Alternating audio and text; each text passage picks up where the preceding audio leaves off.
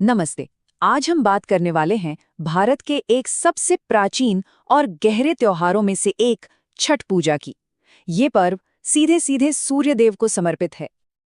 अच्छा, जरा सोचिए, 36 घंटे तक बिना पानी के उपवास और पूजा भी किसकी? डूबते हुए सूरज की।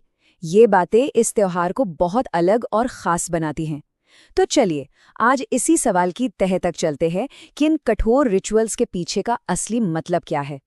अगर बिल्कुल सीधे सरल शब्दों में कहें तो छठ पूजा एक तरह से सूरज को थैंक यू कहने का त्योहार है। शुक्रिया, पृथ्वी पर जीवन देने के लिए, अच्छी सेहत और सुख समृद्धि के लिए। ये पूरी तरह से प्रकृति और उसके प्रति आभार जताने का पर्व है। पर सवाल ये है कि ये परंपरा शुरू कहाँ से हुई, कितनी पुरानी है? तो आपको बता दें, इसकी जड़ें हमारे कुछ सबसे पुराने और सबसे बड़े महाकाव्यों से जुड़ी हुई हैं। एक कहानी हमें देव माता अदिति तक ले जाती है। ऐसा माना जाता है कि उन्होंने एक तेजस्वी बेटे की चाह में छठी मैया की बहुत कठिन पूजा की थी। और जानते हैं उन्हें वरदान में कौन मिला? खुद सूर्य देव उनके पुत्र के रूप में।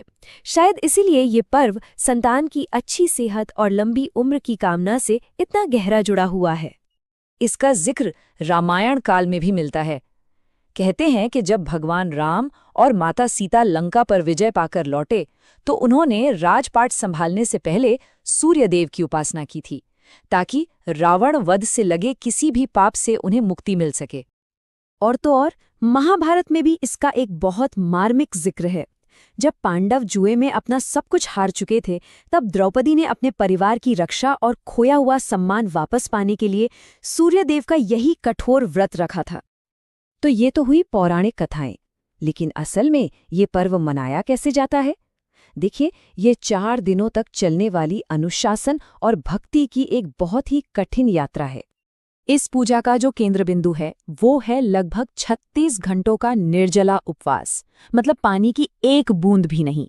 ये दिखाता है कि जो व्रती हैं उनका समर्पण और अनुशासन किस स्तर का होता है। ये पूरा त्योहार 4 दिनों में बटा हुआ है और हर दिन का अपना एक खास मतलब है। पहला दिन है नहाय खाए, फिर आता है खरना, तीसरा और सबसे अहम दिन होता है संध्या अर्घ्य का, और चौथे दिन उषा अर्घ्य के साथ ये पर्व पूरा होता है। आइए इन दिनों को थोड़ा और समझते हैं। पहले दिन नहाए खाए पर व्रती पवित्र स्नान के बाद सिर्फ एक बार सात्विक भोजन करते हैं।